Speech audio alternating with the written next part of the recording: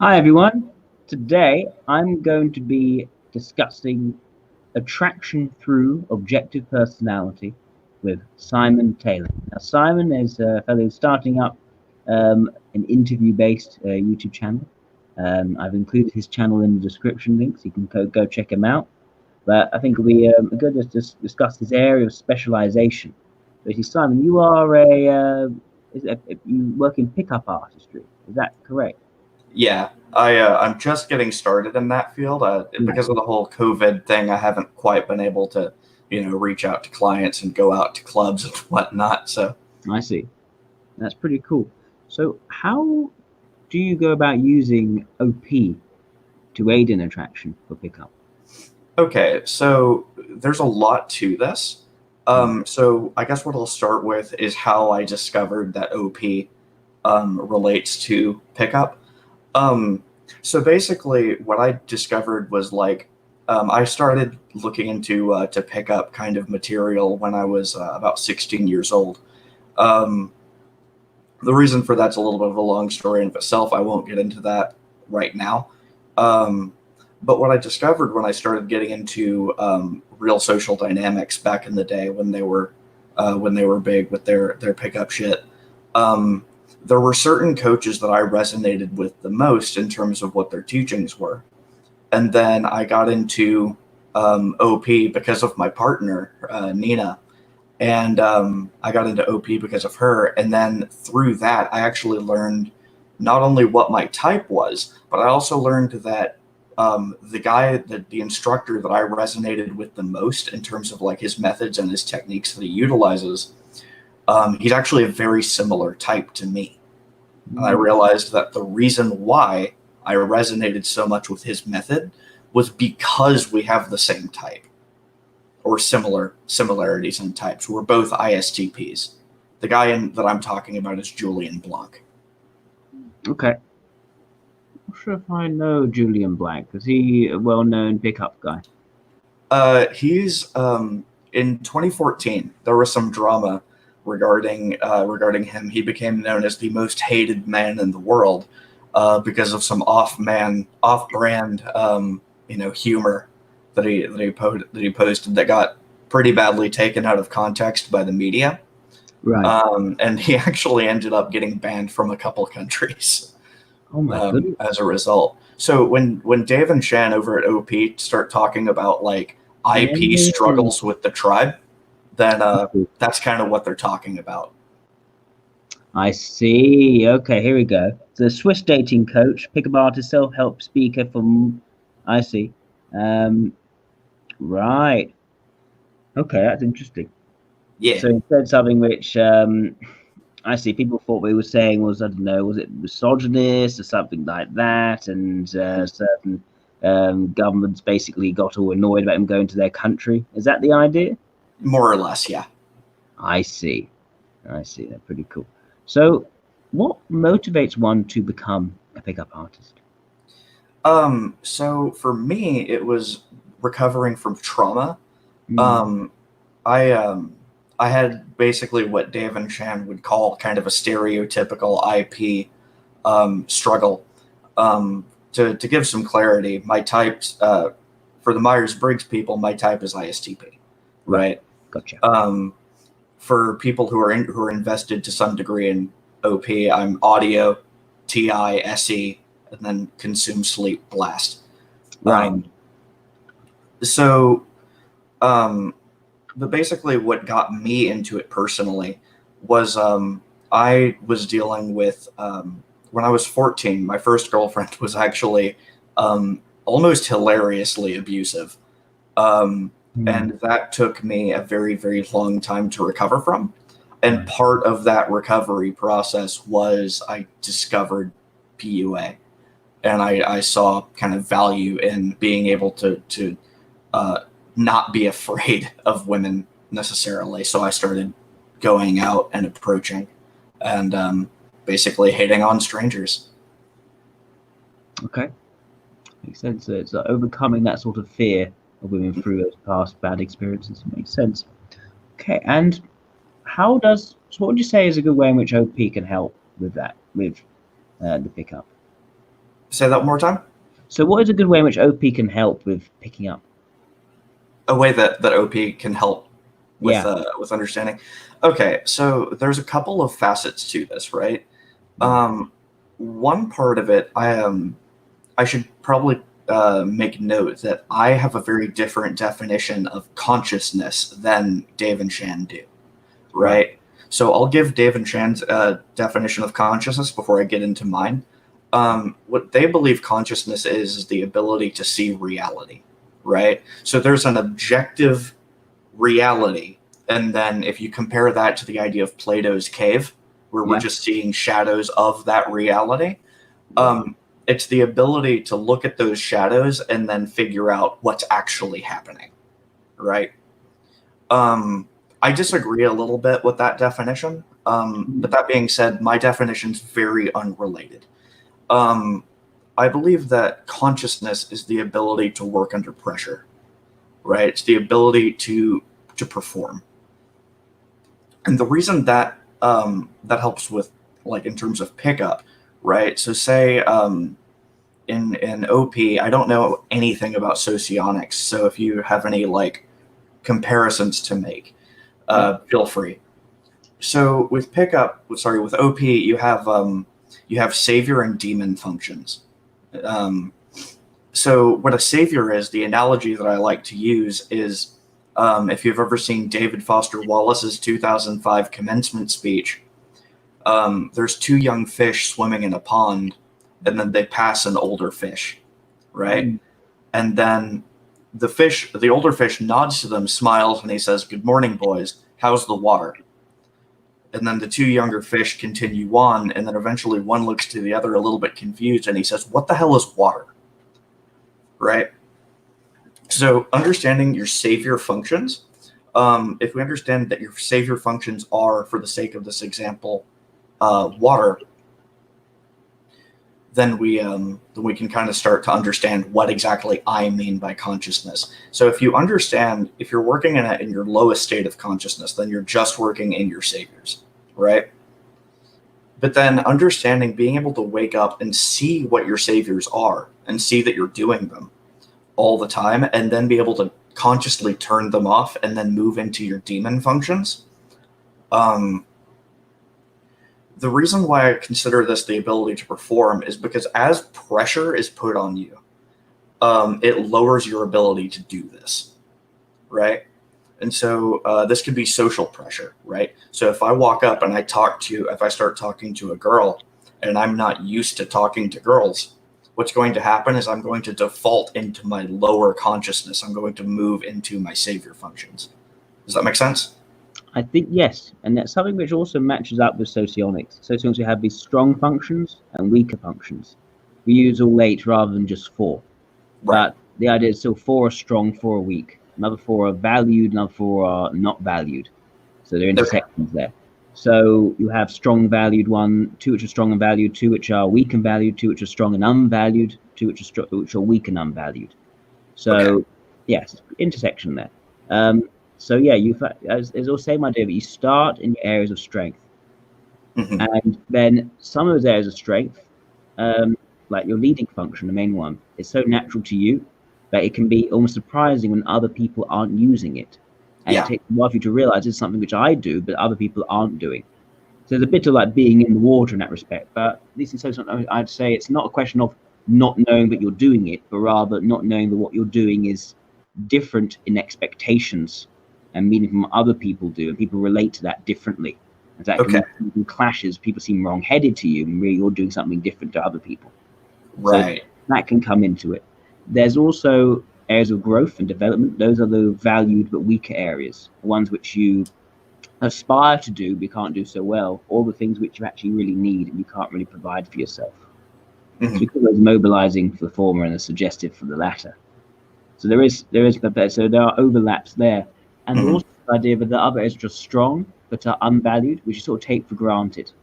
And the idea is that when you, for instance, when you try the thing which is quite weak but valued and you're aspiring to be better at, the mobilizing function, if that goes badly, if you have a bad experience there, then you'll go back to what we call the demonstrative function, which is the strongest but unvalued function. So you move, as you're comfortable and confident, you move to high stakes, high reward. And if that goes badly, you then fall back on low stakes, low reward. Okay. Right. So if taking risk causes problems for you, you're going to naturally default toward playing it safe. Yes, exactly. And that's less valuable. But whereas the leading function creative, that's not seen as less valuable. It's who you are, and you still gain satisfaction from it. But it's not an area of growth. You've always had that. You can always do that well and enjoy that. Okay. Yeah. There's a couple of other facets wherein OP can actually help you understand these things, not just from developing your lower functions, though. Yeah. There's also what I've found, interestingly enough, is that learning the process of typing people in of itself actually helps quite a bit. Yeah. So the noise. Sorry, let me. No, it's good. So I can't actually. Hang on a second. Hello?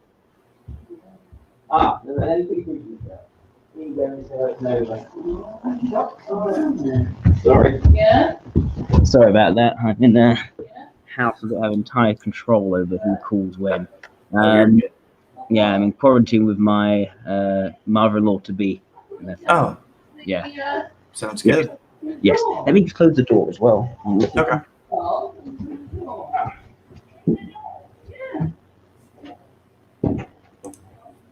Okay, that's better. Sorry about that. So, how is learning OP can help with picking up, learning how to type people in OP? So, I'm going to give like a bit of an anecdote here. Yeah. So there was this girl that I was talking to, and I kind of like in the process of talking to her, we were talking mostly through Facebook before I deleted my account. Yeah. And as we were talking, I realized, okay, this is probably in some sort of EFJ, right? So probably FE at the top, probably what OP defines as feminine FE at the top. Right. So I was like, okay, I have feminine FE at the bottom, right? So naturally, in my default state, I suck shit at FE. But I was like, okay, so what is FE? FE is looking to the tribe emotions, and by extension of that, because it's looking to the tribe emotions, it's looking at a spectrum of emotions, right? Relating to this back to the way that Julian Blanc does things. Julian Blanc, before he got married and took down all of his pickup material, he did a lot of, I'm going to hit a bunch of different emotions. I'm going to make you sad. I'm going to like insult you a little bit, but also I'm going to compliment you, and I'm going to, so it's not just tugging on one really hard heartstring. It's tugging on like a bunch of them. So I was like, okay, this person has FE. I'm going to try this out. Right. And so basically what I then did was I was talking the girl through putting her on a roller coaster of her own emotions. Right. And that built attraction to such a degree that like after I was done with that, and we're just talking on the phone at this point in time, and when I was done with that, I like commanded her to like ask me on a date, right? And she did. And when she did, because her emotions were so invested at this point, because I'd taken her through the FE motions, like stimulating her saviors, even though I told her to ask me, when I said yes, she like danced around a little bit. She got really, really excited about that. Right. I hope that makes some modicum of sense. It makes plenty of sense. In socionics, this much of a pickup artistry culture, I would say, is very much in line with beta values in socionics, which is the emphasis on extroverted ethics, extroverted feeling, and also extroverted sensation. Now, what these two do, extrovert sensation is more about power differences, Mhm. about being in the more dominant position, taking charge. So you can see some of that in commanding to do something and people being satisfied that they're then actually winning over someone else, and they're almost sort of a conquering aspect to it. Okay. There's also the idea of struggling as well with one's own areas of vulnerability and becoming stronger and more confident in confronting. There's also a major extroverted sensation element there. Okay. And extroverted ethics and socionics, the idea of creating emotional reactions in people, being able to come across a certain way and provoke reactions and getting people to care Mhm. about things. Very much extroverted ethics and socionics. We can Okay. also see perhaps in pickup archery, because it's about picking up different people. It isn't about sticking with and maintaining a relationship over time. It can Um, be if that's what your and- goals are, because like right. what I would suggest for most people, especially men, Yeah. is to do just the pickup side of things at first, right? Right. Um, because in extroverted sensing in OP is very very different from what you just described. Yeah. Um, Yes. as yeah, very different. In fact, what you just described was closer to introverted intuition or introverted sensing, Mm. right? Yeah. Um, that's more of a what they call blast, is taking charge, right? Taking Mm. charge for the group. Yeah. Um, but like with shit, where was I going with that? Give me a second. So the oh yeah, so when I'm coaching someone, especially a man, right? What I Mm. want them to do is I want them to go out. And I want them to have as many experiences as possible with the opposite sex. It could be same sex even, right? Because what you're aiming for in the very very beginning is something that we call abundance, right? Yeah. So abundance is this idea that if I how should I say it? If I am in a position where I can go out and I can meet a new girl just like that, right? And I've really embodied the idea that there's plenty of fish in the sea, then I can start being choosy, and then I can have options. Like I have options, then I can be more of a Mm. chooser, and then I can have higher standards for myself. Yeah. So if you're wanting to do something more of a long term thing, what I would personally recommend you do is build that abundance first, and then you can start. And once you do get into that relationship, you do kind of want to continuously be gaming that person, because it's like you want to make sure that the experience that they have with you is the best possible experience. Does that make Mm. sense? Yeah, it does. So again, it's the idea of having good experiences with people and Hmm. really feeling that, which is a more extroverted ethics. It's about creating and portraying yourself in a way which creates good experiences for those other people. It's less about just creating that connection in a very sort of matter of fact way, which is less about the experiences and more about how a relationship can just develop over time. It's more about creating the experience in that moment.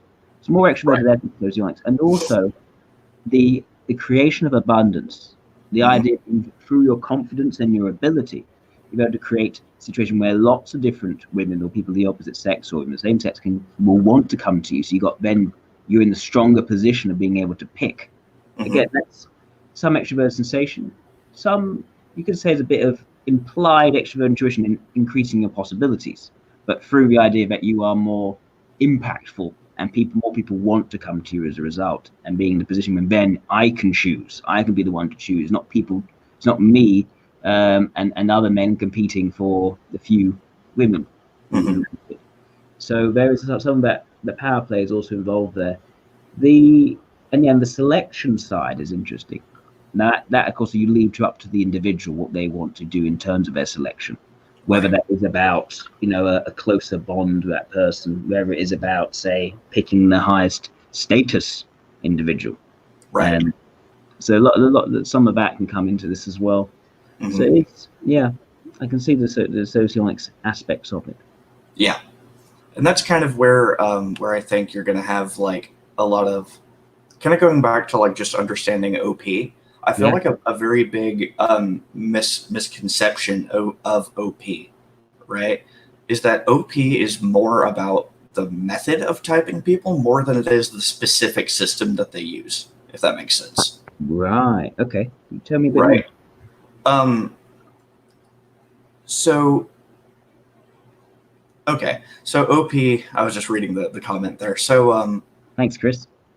So OP, they care more about the idea that you have a partner who's working independently of you and can type on the same, spectrum, right? It doesn't have to be 512. Me and my partner are just doing out of 4, right? Yeah.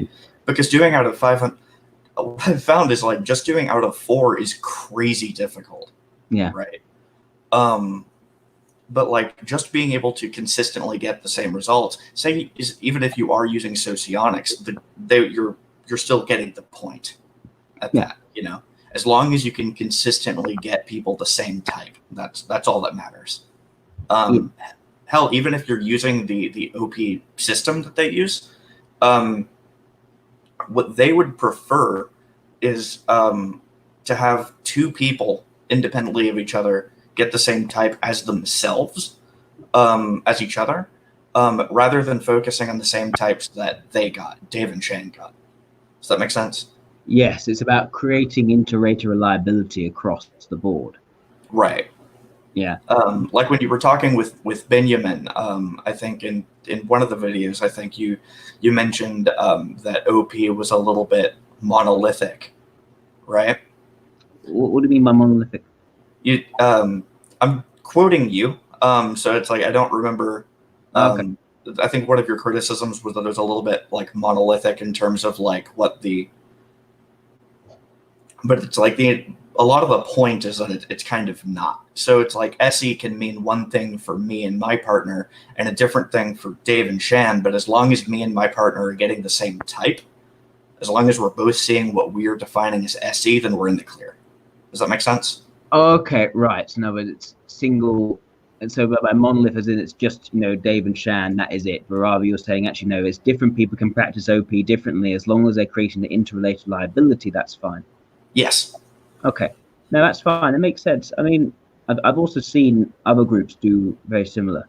Like, I remember the Podlair community. What they used to do is they used to get together and they used to watch people's minor facial expressions, slight movements of their hands, certain small behavioral tics and indicators. And they were able to, through a great deal of inter-rater reliability, consistently tell out different mojos from this. Okay. And yeah, I briefly looked into the Podlair stuff. That was a little bit. That was a trip. It was very wacky stuff. But yeah. The point is that their major shtick was that they also were able to create inter-rater reliability through this very sort of arcane, obscure theory. But in terms of reading the patterns, which is what it was all about for them, they were to consistently get to the same thing. And there's another group called cognitive typology, which are also doing the same thing. They managed to find these visual cues repeatedly, and it is even documented. There's a guy called there's a guy who's very much into it. He was able to create, I think it's called Orban is his username. He's able to create a document or a library of different tics that he'll be able to find in people. Like, for instance, a certain way of arching the eyebrow, a certain way of smiling, that through which they're able to type people. So I've seen this done before. It isn't something which I say is therefore unique to OP. Right. But also I wonder in terms of inter-rater reliability in and of itself doesn't necessarily create validity. That's a question of what exactly is validity. Whether these patterns, whether these reliably determined signals are actually linking up to personality type in some way, or if it could be something which is misleading. It could be an overall pattern. Is it necessarily the case that all people of that type are going to show that?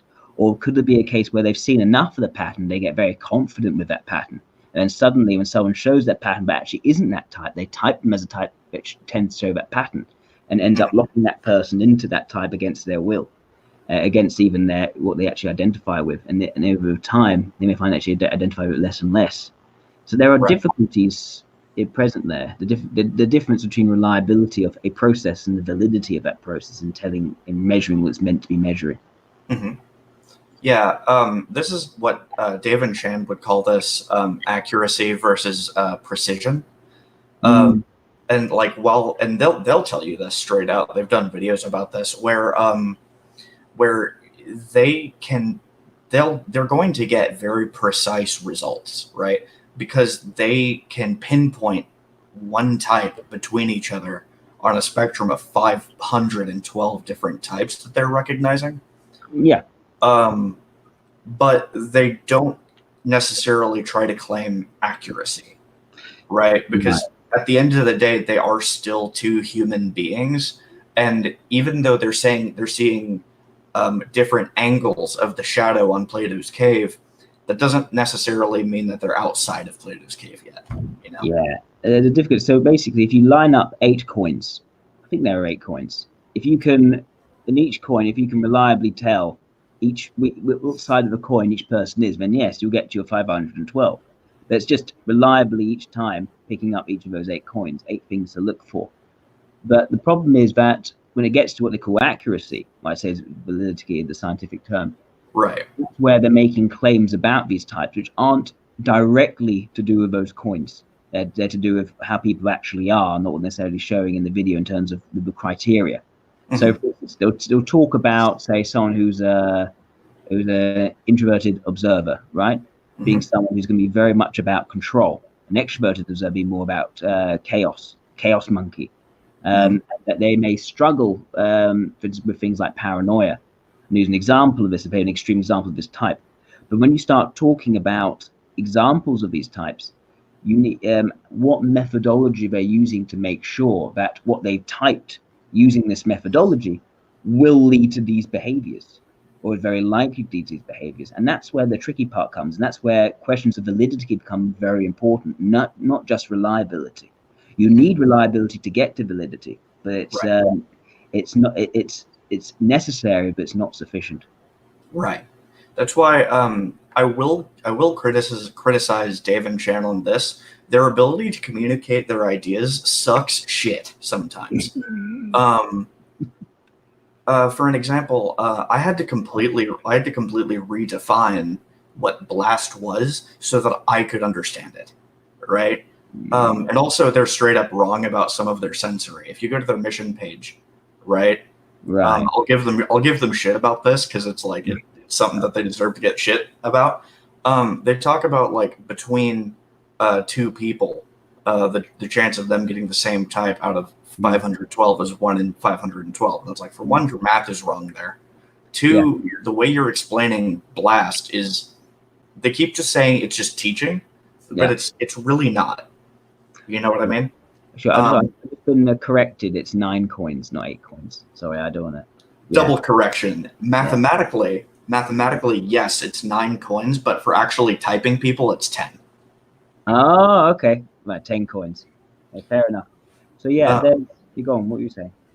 But then to fuck, where was I? I'm sorry. I'm the SE. I can't. Say that again. I disrupted your train of thought. So you're talking about how they're not very good at communicating their ideas. I know they market well, and absolutely intentions as well. But it's that difficult where you've had to redefine blast to make sense of it for yourself. Mm-hmm. Yeah. So with blast, what they keep talking about with blast is that they are what they're describing as blast is they just teaching, and it's like it's really not. Right? It kind of is, right? But teaching is just one way that blast will manifest. So let's pull it over to game for a second, right? Yeah. Like if I'm out in the club and I'm talking to a girl, one idea that they like to talk about in game is they like to talk about moving the girl from place to place to build comfort, right? Because the idea is it's like if you've been with someone in a multitude of different locations, if you've been, then they're going to feel like they've been with you longer than they have.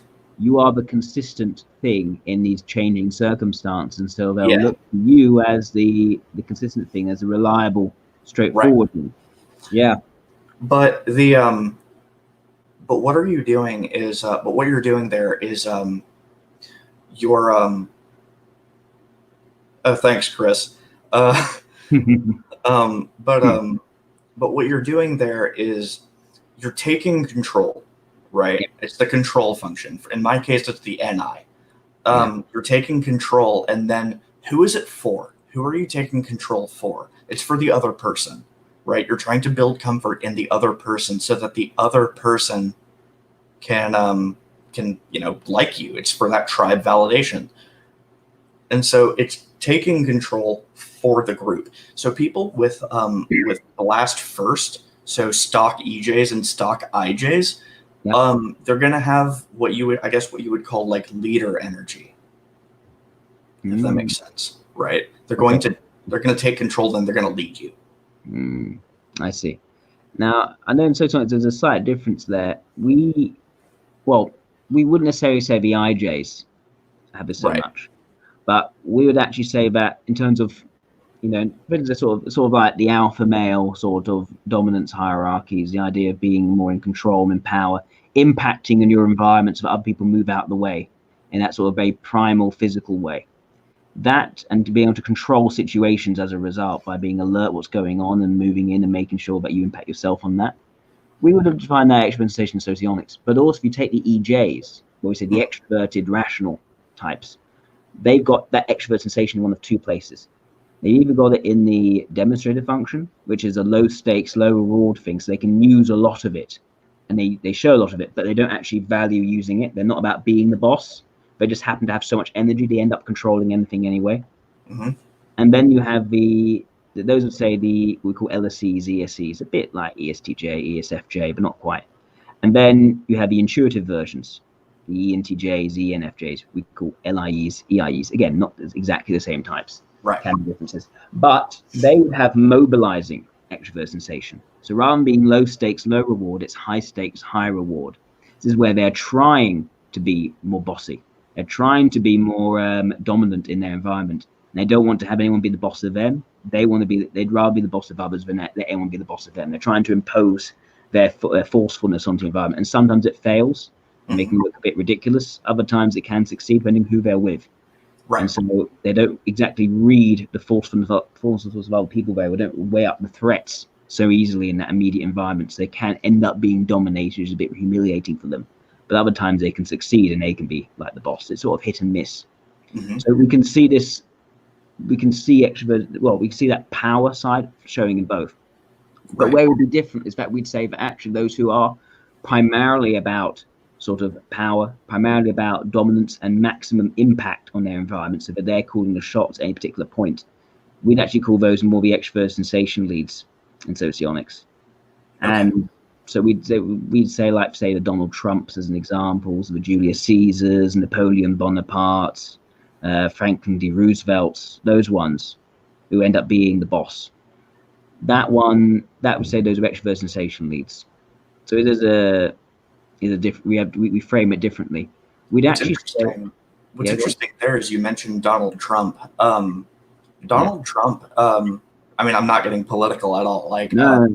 But like his type, according to OP, he's actually the same type as Rosie O'Donnell. We type Rosie O'Donnell also that same. We also type them the same type. Donald Trump is he's a double masculine ESTP. OP. Yeah, that's completely consistent. Yeah, because we take SLE, which is sort of like the ESTP. And that's when it goes in sort of masculine and feminine, what that means in terms of sensation. But we say is that Trump is very much about, he needs to be the boss. He needs to dominate his environment. He's brilliant at dominating his environment in the moment. You can see throughout all the handshakes he does, he's using the handshakes and the physical interaction to show dominance over the other person. And he was always at his best in those debates where there's lots of people debating with him, and he was just able to be the loudest, the biggest, even if he wasn't saying things that necessarily even if they're not well considered. He very rarely thinks things through before he acts. He's very much in the moment. He dominates the environment anyway, and there's those who actually spend too much time thinking trying to plan it out, they're sort of thrown askew by him. Right. And that's because of his, in terms of like OP language, that's because he's doubly masculine. So he's got that masculine SE and then the masculine FE. Yeah. Right.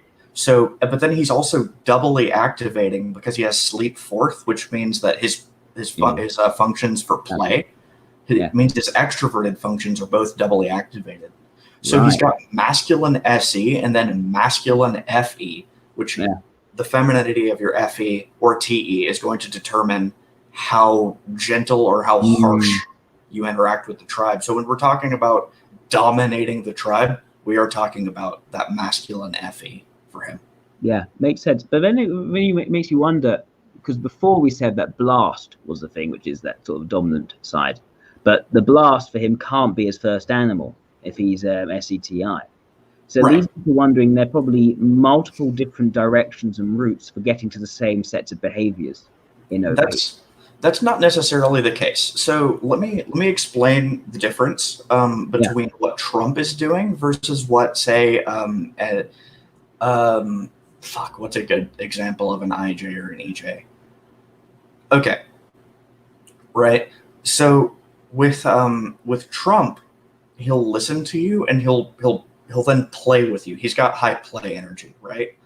The thing about Trump is that because he's got that masculine energy, that doubly masculine extroverted energy, he's going to be punching, he's going to be dominating, because he, in his extroverted world, is immovable. Does that make sense? It's not as much of a control thing as it is a stubborn thing. Right, I see. We would actually say that, it's also stubbornness. If you've got a lead in socionics, your base function, your leading function, is always going to be stubborn. Right. Actually, half your function is going to be stubborn in different ways. Whether that's I'm the boss, I'm calling it, or it's I'm just not interacting with this at all because it's not my priority. So, and then there are other ways of being more flexible and stuff. So with Trump, what we see is he's very much, in both in socionics as well, his SE and his FE would be quite stubborn. He likes to, not only does he like to be dominant in the physical environment of what's happening, also in terms of the mood, he likes to create the mood and be the one creating the mood and the feelings around him. But where he's more movable and shiftable over his rationales for things, can re-explain when circumstances are different. And also he's more susceptible, he really needs in someone else a sense of a long-term development, where things are going and thinking them through. It's why taking on Kellyanne Conway as a strategist was such a helpful thing, because she provided that sense of introverted intuition. And she also adjusted her extroverted ethics to him to the way that she was better at it. She supported him in doing it. Right. It is sort of the dual effect we find in socionics. Right. But like with Trump, like what you're going to see with him is it's like, for example, let's take Gary Vaynerchuk, for instance. Yeah. Right. Gary V has he's a double masculine FE SE play first. So he's the thing about with the taking charge with the FE is it's like when it's masculine FE, it's like I'm gonna punch with my emotions and with like it's almost like you mentioned how other people how people tend to naturally believe that their savior functions are the way that everyone else behaves. It's almost like with the people with the masculine extroverted decider are like, my identity is movable, therefore yours is too, so I'm gonna push on you. Does that make sense? With me, I have masculine introverted thinking, so my feelings are extroverted and feminine. So like for me, it's like I'm not movable, so I'm not going to bother trying to move you because you probably are also not movable like me. So is that your TI is therefore feminine, your FE is masculine? Is that what you say? No, my TI is masculine. Yeah. Okay. Yeah, makes sense. So I'm not movable, therefore you probably aren't as well. So I'm not going to bother with it. I'm gonna be feminine when dealing with you. Yeah. And then, but with Trump, it's not coming from a place of needing control. at least in terms of OP definitions. So with Trump, the way he's going to take charge is just in terms of like, I'm more masculine and I'm more extroverted than you. But if you actually talk to Trump, he basically doesn't ever have a plan for fuck all. Like, no, exactly. It's about the dominance rather than having to see how things would be turning out to keep up that control. That's not a thing for him. For him, he's confident he's going to be dominant in a particular situation. So that's the thing. It's not about trying to plan and game it. Whereas, say, we're going to take the LIEs and EIEs in socionics. Those ones can be a bit more about planning ahead to see, where are the long-term problems? How can I plan this so that I still stay in a strong position? Because it's not up for taken for granted in the same way. Right. Yeah. No, that's fine. But also I also take your point about what we have in socionics like LSIs. So not quite like ISTPs, but TISC, but in the socionics definitions. And those ones who are very set in terms of what they understand. Very much about their way of making sense of things is how they've made sense of it. They don't tend to shift. They allow no ambiguity around how they actually shift. Right. So about what they understand. So very clear, very straightforward. EIEs benefit from that because they need that absolute clarity because they get caught up in their own ambiguity a lot of the time. So they make things into the black and white very clearly. And they will not shift in their understanding for other people. They won't just change their mind very easily. It's very difficult for that to happen. But they are actually more shiftable in terms of their dominance. They are more able to shift along the hierarchy. Where are they in their position? And apply themselves very aggressively according to that position. They can dominate surroundings around, but they also know how to sort of go with the flow, depending on what seems to work in that particular moment. But their intellectual understanding is very firm. Also, their introversion intuition is very firm. So when they think of where something's going to be going in the long run, they have a sort of plan. It's going to take a long time for them to really think of actually changing their mind in terms of coming up with a different plan. They'll see it through almost to the end. Once they've taken the time to make up their minds about something, they'll be very single-minded in that way. Where they give a lot for other people to do is the mood management. They don't really engage in that so easily. They would like to have people respond well and positively to them to get and think, wow, they're making so much sense and all that. They're not able to do it very well. They can be susceptible towards people flattering them and towards people engaging with their emotions because they don't create the emotions well for themselves. So extrovert ethics types, like an EIU, their dual can easily sort of flatter them. Like say the Sun King in France, Louis the 14th was a very good example. Someone who created a very ordered environment around them. They had very clear protocols, very clear rules and structures they had created to make things to begin in terms of that, to get rid of any sort of ambiguity in terms of what you're meant to be doing, and very, very susceptible towards flatterers, people to get into their inner circle as a result. Okay. What you said there, especially towards the beginning, sounded a lot like what you were discussing.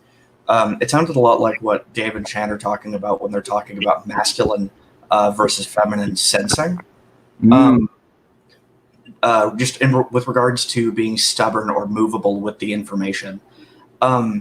So one thing I'll also criticize their language just a little bit because it's like, sure, the sensory, the known world is immovable. It's an immovable sense of reality when you have masculine sensing. But like, again, we're kind of left with this problem of like, well, what does that mean? Right? What are we actually looking for? And that actually took me a lot of time to kind of process on my own. Let me just close the door very quickly. It's making noise again. I apologize. No, you're good. Oh, you I just want to get something. Sure. I don't know. I think I left my sorry, I just get wandering through. I'll have to keep open just for the time being, but they're going to close the door. Thank you. Appreciate it, Michelle. So when Dave and Chan are talking about masculine sensing versus feminine sensing, the way that they describe it sometimes can make it seem like feminine sensing is completely fucking worthless. You know what I mean? Because it's like more in TE, actually, feminine TE. And I was watching a video of someone with supposedly feminine TE, and it's like she couldn't make up her own mind about anything.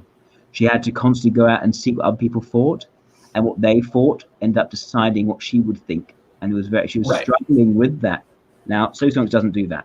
If you've got a strong function, you're confident in it. It doesn't create these.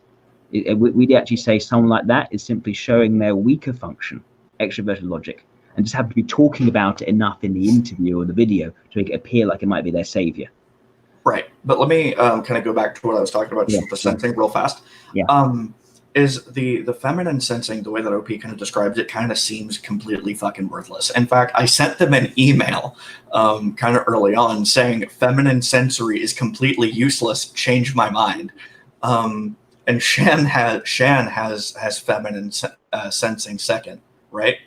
But what I've learned very recently is that there's use in both of them, especially if you're they're in the middle. Like for me, because I'm great. Fucking my IPS, just I'm amazing. Of course I am. But so with feminine sensing, right? You're like, oh, you have a movable sense of reality. What the hell does that mean, right? What's the use in that? Yeah. But the idea is that you're using the intuition as a fact checker. Does that make sense? Yeah, so it's like your intuition is the masculine if your sensor is feminine. Right. So if you have masculine intuition, regardless of whether or not it's a savior, a demon, whatever, introverted, extroverted, doesn't matter. What's happening there is it's like the sensory doesn't match the pattern that I've observed. Therefore, the sensory must be wrong. I must be wrong about the sensing, which means that if you're right about where your intuition has landed, then it's good to be able to be malleable about that sensory. And then the vice versa for me is it's like I have masculine SE, and therefore my what's being fact checked is the intuition. So if I've got my NI patterns that I run with, right? But they're not very structured because they have to be malleable in case it doesn't line up with the sensory. Right. Does that make sense? Yeah. Your patterns are exactly, so the sensory is one actually calling the shots to a degree. So your patterns are taking the order from your sensation in terms of what actually is lining up to your facts. Right. Yeah. Interesting. I know in socionics we wouldn't necessarily say that if something is feminine and taking the shots from somewhere else, but that would actually be a strong valued area. So if someone is actually seeing, once they see something happening in reality and it doesn't actually match the pattern which they sort of picked out, their intuitions about what actually could or has been happening, the trends, the idea that they would subvert what they see in front of what's happening now to what they have picked up as certain trends, that would make sense more as stronger intuition and weaker sensation. But it's interesting because a good example of this is someone who's feminine extrovert sensation they typed was Barack Obama. Yeah. Typed him as a feminine extrovert sensation, introverted. Yeah, Barack is a double feminine SETI consume sleep play. Right. Okay. Now we would have typed him an IEI in socionics, very different. So that would have been introvert intuition lead with extroverted ethics. And we see someone who isn't very assertive. People can criticize him being too subordinate when meeting foreign leaders. He'd appear almost like a supplicant, even though he was at the head of a major country, the biggest country. Not big, but the most major country. And his strengths showed up as actually seeing long-term outcomes, where to go with his ideals. The history curves towards justice, as an example, his analysis of that. And then how frequently in his writings, and he was very reflective, he would reflect on how he got to where he got and talk about this journey which he felt of significance carrying him forwards to the presidency. And also in terms of he talked a lot about race relations when he was younger and how meeting his members of his family, like meeting his father's family. So people who didn't actually he wasn't really brought up. He didn't really know his father so well. And meeting his cousins over there, or just brothers over there, he found that they didn't really relate to him in terms of where they wanted to go in terms of the greater field, the political. And so he felt that he sort of it ended up just didn't really realize he wasn't going to speak to them anymore. He wasn't going to really keep in touch with them, because what more important for him was the sense of journey in which he was going. This and sociology will be very much introverted intuition leading, and at the expense of extrovert sensation, we saw least of that. So this is where we find that, sociology almost takes a more simple view in terms of what is what. Whereas it seems like the masculine functions, being what you're calling strong functions, are pretty much the same as the savior functions. Yes, exactly. Okay. So we don't get these examples. We get SETI types who aren't really showing much strength in SETI, but are necessarily still calling this a savior. Right. So does that part need explaining at all? Like in terms of why OP? I've listened to the beginner video in terms of why they talk about savior and demon. They have different reasons for each. So savior is either the thing which just living in, you don't really even notice. It's something which things like the water swimming through. It's also the thing which you sort of take for granted as, I can do this. But also you're taking responsibility for it and taking responsibility for managing it. And I get the impression, I'm not sure when they're typing if they're looking for all three examples of this or only one of these examples, one of these possibilities. And the same for demons. It could be peacocking. It could be a point of severe negative energy, a sense that I'm just not taking responsibility for this. So three very different things. You don't need to get all three. Are they looking for all three, or are they looking for just one? And if it's a case of looking for just one, what if there's one on the other side that also could apply, which they haven't really looked for because they've seen one and that's it. That's a demon rather than a savior. So these are the difficulties in methodology I'm seeing. But because for me, I've got, rather than having all three applying to either savior or demon, I'd say you've got 8 different function slots, you've got 8 information elements, and each one has to satisfy certain rules to fit into each of those 8 slots. So there is the function which is the one which you're taking responsibility for. There is a function which you're not engaging with at all, more of a vulnerable function, you could say. There is the function where you're peacocking. We call that the mobilizing function. That's something that you aspire to be better at, but you're not really quite there yet. But you may be overly bold about it. And then the function which you don't really notice you're doing and don't really care about and take for granted, but you don't actually value, which would be the demonstrated function. I was talking about that before, the low stakes, low reward function. So we've gotten a bit more, in a way, I think this may be one of the differences between Socionics and OP. We've got more criteria for assigning each function slot because we've got 8 of them, and they all need to make sense exactly why they go into each of those 8. But as a result, the overall typing is perhaps less convoluted. There's less complication in terms of you can be an SETI, but you could also show no particular confidence or strength in being SETI. And actually, you're showing more confidence and strength in the things which actually are your demons, and being that sort of weird mix. And then leading to example people who are like this, they are that type, but then they sound like a very dysfunctional type. And that feels a bit depressing in a way, that you can have someone whose type is just a dysfunctional type out of the 512, rather than that's more well aligned between their saviors and their areas of masculinity. Okay. So what I'm kind of seeing there is it's like there's, at least with OP, right? Because I'm not going to pretend I know much of anything about socionics other than what you've told me, because I haven't looked into it before. But with OP, and this is something that Dave and Shan probably could explain better than they have in the past. But what they're looking for in terms of saviors and demons, it's like, yeah, sure, they're looking for the emotional state. They're looking to see if it's a little bit weird, to figure out if it's a savior and demon. Personally, I don't like to do that because I don't have the FE. I can't pick up on people's emotions very easily.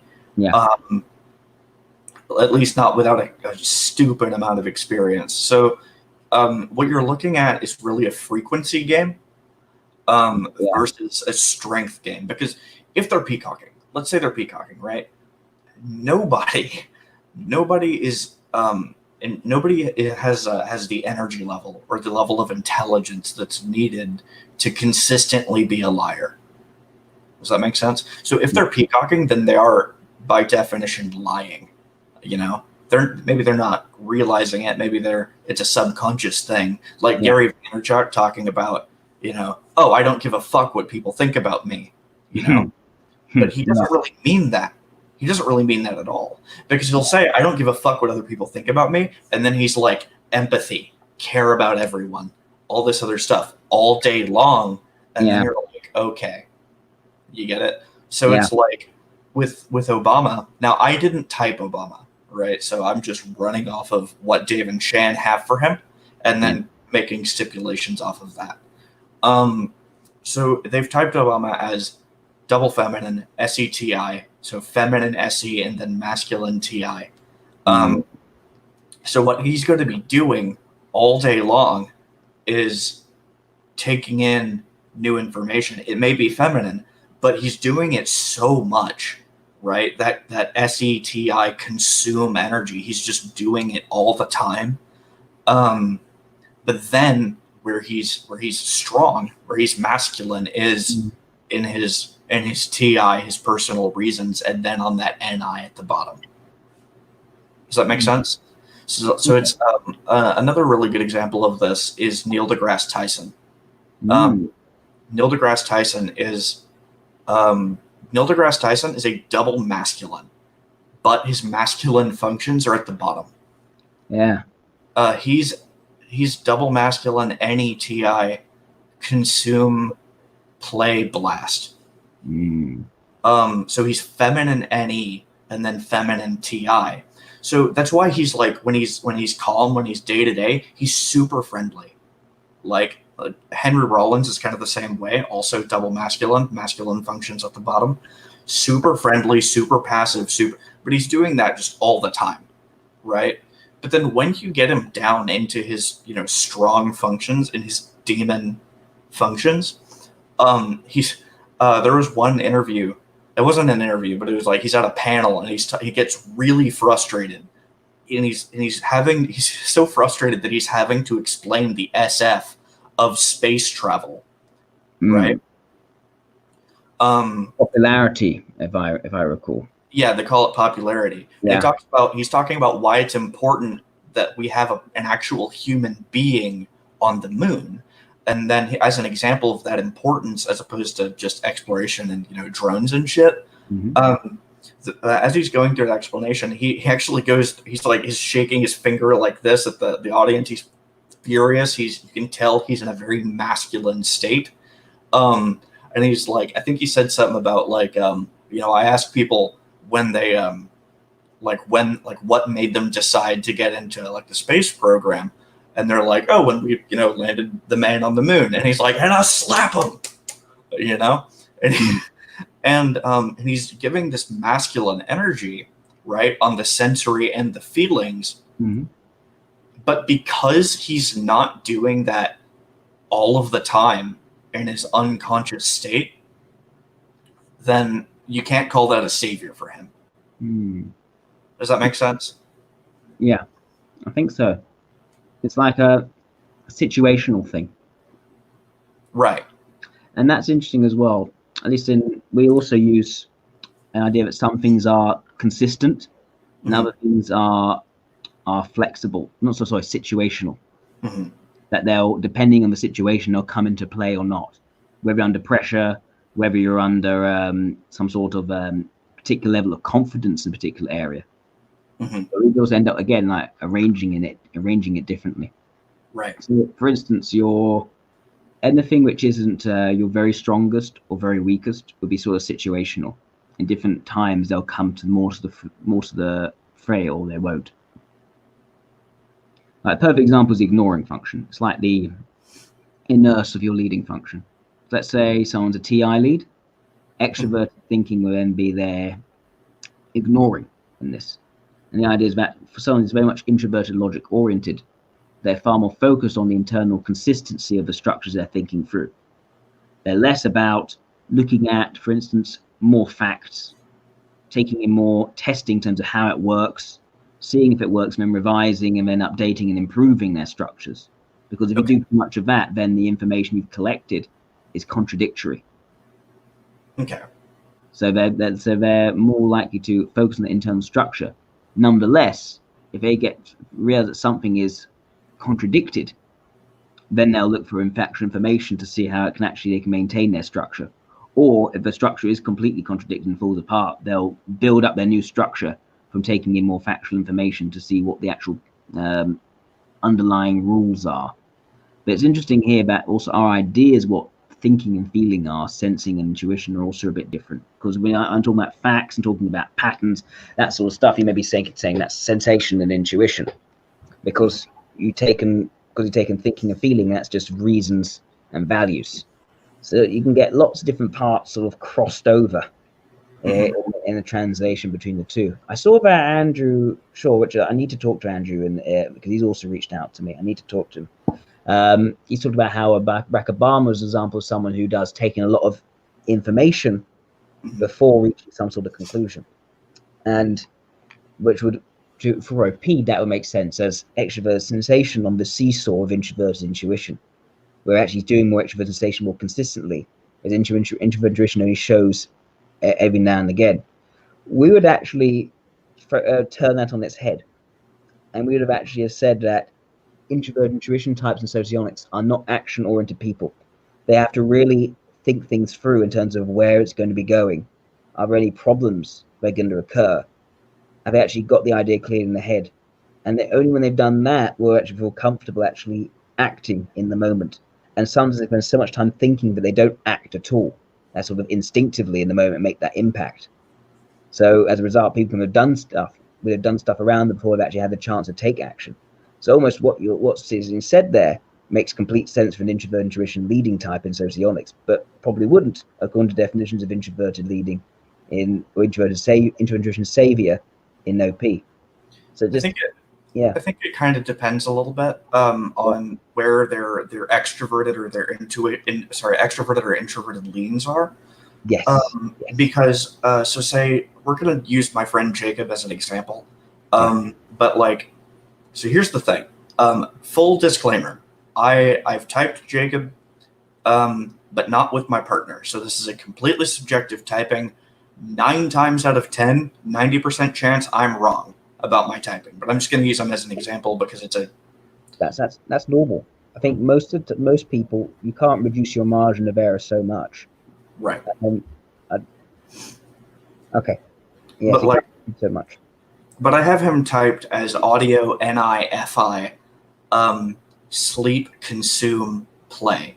So blast, right? So in his case, he sees where things are going to like kind of almost a creepy level. Like if you talk slowly, he gets annoyed because he knows what you're going to say before you finish the sentence. Most of the time, he's crazy intelligent. Yeah. But like he wants to do. He has what OP calls energy dominance, right? So he's going to be doing and then figuring it out through doing.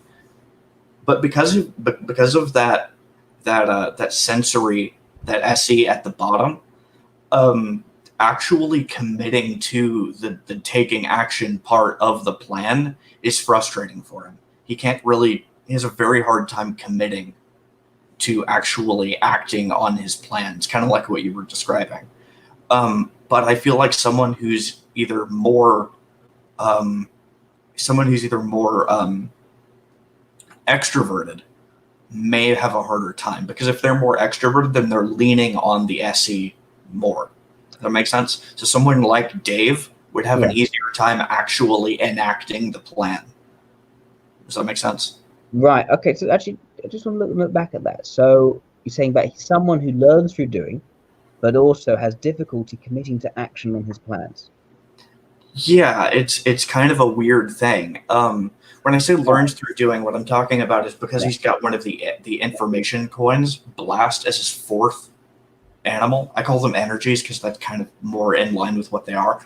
But he's a doer, basically, by David and Shan's terms, right? he wants, like, he's interested in martial arts. He's interested in like fighting people like competitively. He's interested in doing that, and he has like he doesn't plans actually things do. out. Yeah, but the reason he doesn't actually do a lot of the time is because he's spending so much time planning, doing that NI, trying to see like, is this going to work out? You know, that he never actually seems to do it. Yeah. Now, yeah, that would make a lot of sense for, well, what we call, say, LIEs and ILIs, NITE types, TENI types. We would expect that to be something which are coming up. So they want to be putting things into practice. They want to be taking action, but they end up being quite risk averse and start thinking things through rather than actually doing it. I imagine Dave himself is also someone who has that trouble as well. I'm pretty sure even though I'm not sure I'm being an ILI in socionics, I think LIE makes a lot more sense in the socionics system. It'll still apply in that respect. It won't be as much because with Dave, you can see someone who, when he's actually meant to be relaxing, he actually is finding things to do, and he actually can't just sit down and relax, just take in the day to day, which shows there is perhaps more extrovert sensation there than, say, an ILI in socionics. Right. That sounds like yeah. With God, it's just interesting. The lack of an extrovert, it's the lack of the extroverted animal or energy or whatever you want to call it. That seems to be the thing that's causing the problem, if that makes sense. Yeah, because the second function, auxiliary, for him would be a demon if NIFI. Yeah. So he's got TE as his third. He's got TE third, and then so he's NI and then FI, but then like because he's got that extroverted blast as his fourth energy, Dave and Jen also like to refer to blast as like getting started. It kind of is. Like, that seems to be like the case. Is like, if you have blast, you know, early in the stack, then getting started isn't so much of a problem. The problem sort of becomes, but like if you don't have blast, then like you're never going to be able to really get that engine started. That's interesting. I know for me, my third activator is extroverted in my coin. So I'm blast third, so it's not right at the bottom. But for me, my problem is starting things up and not finishing them. I got a big problem with starting things up and then not finishing them. Although, based on my typing, I can't be blast first. I'd either have to be consume or play first. I was consume. So yeah, it's a tricky one. I'm not sure exactly how to, but that's also the problem. Like, a lot of times I find behaviors which are implied by these certain types, and then I can't really explain them based on the coins I've been given. But then you could always find perhaps other combinations of coins to reach some other sort of explanation. A lot of that has to do with, I think, a lot of the terminology that Dave and Shan use is so that they themselves can understand it. It's almost like a TI, like, this works for me, this definition works for me. And then they're just kind of sharing that, and then they're not very clear about a lot of the definitions that they use, and I don't think that they really intend to be super clear about it. A lot of the stuff really started kind of showing up for me because it's like, when backtracking a little bit, I have my partner that I'm typing people with, but because kind of almost like out of like a gratitude thing for Dave and Chan, because it's like their system kind of gave a lot of major direction in my life. I found like the specific niche of like using pickup artistry and OP like together. OP kind of gave me direction with that, and so it's like what I've taken up doing is, it's like, I'll type someone that I know that Dave and Shan have typed, but I don't know what they have them as, and then I'll type that person with my partner, and we'll send those results to Dave and Shan. And so it's like, what I would say, so I'd say in addition to that, another thing sociology could actually help you with, though, is in terms of knowing what kinds of women would react well to the pickup techniques. and which ones may end up reacting very badly and feeling manipulated by it. Yeah, because I feel like in a weird kind of way, more introverted girls, right? They're going to be more on board with like let them, kind of like take control, depending on what it is, right? So like with another girl that I was talking to, there's a fun story behind this, so I'll just go ahead and give it. I actually met this girl at work. Don't shit where you eat, but it's like I'm a horrible person, so there's that.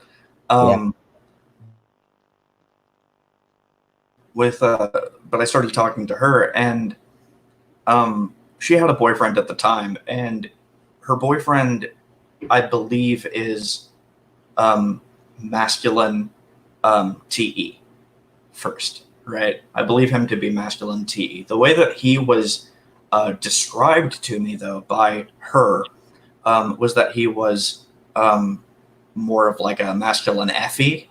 Mm-hmm. But as I decided, like, I'm gonna get to know this guy because I want to see exactly what he's doing. I want to see exactly what he's doing, and not really just so I can like get the girl necessarily. Like, I'm not trying to cuck this guy.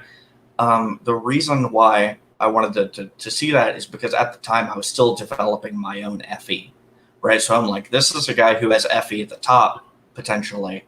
I'm going to see what he's doing. I'm going to learn through osmosis. I'm going to figure out my FE that way, right? Turns out the guy didn't actually have FE and whatever. They ended up, breaking up. And but like, because so much time had passed between the time that I started talking to this girl and when she actually became available, because so much time had passed and we'd already spent so much time talking and kind of building rapport, the rapport that we built was of friends. So I was very squarely in the friend zone.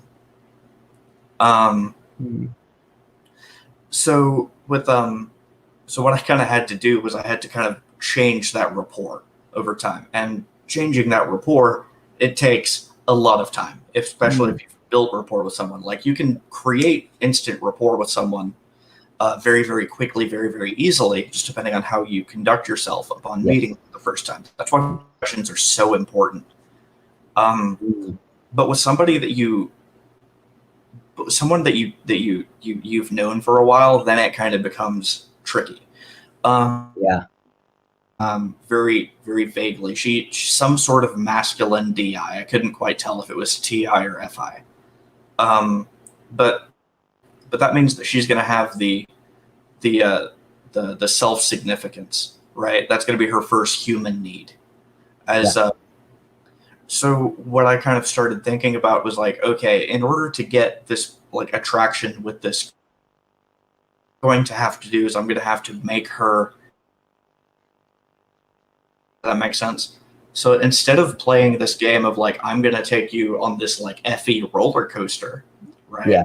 It's more along the lines of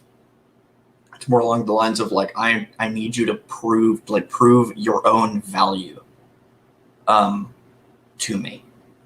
And that worked out pretty well until she got another boyfriend, but whatever. I think that it can be difficult, especially with introverted ethics types, especially with introverted ethics extrovert sensation types. That's where it can be more difficult, because they get their impression of you and they judge your character quite quickly, and it's very hard for you to then add in new stuff to change and revise that impression of you, if it's a negative one or it's a certain way of putting you in some sort of place, and they sort of will resist you trying to move past the boundaries they've set for you. Yeah, it's very difficult. Yeah, especially if it's okay. Simon, what I should say is I should get going very soon. I'm needed elsewhere in the house, but it was very nice speaking with you. Do you have any last thoughts? Anything last to share?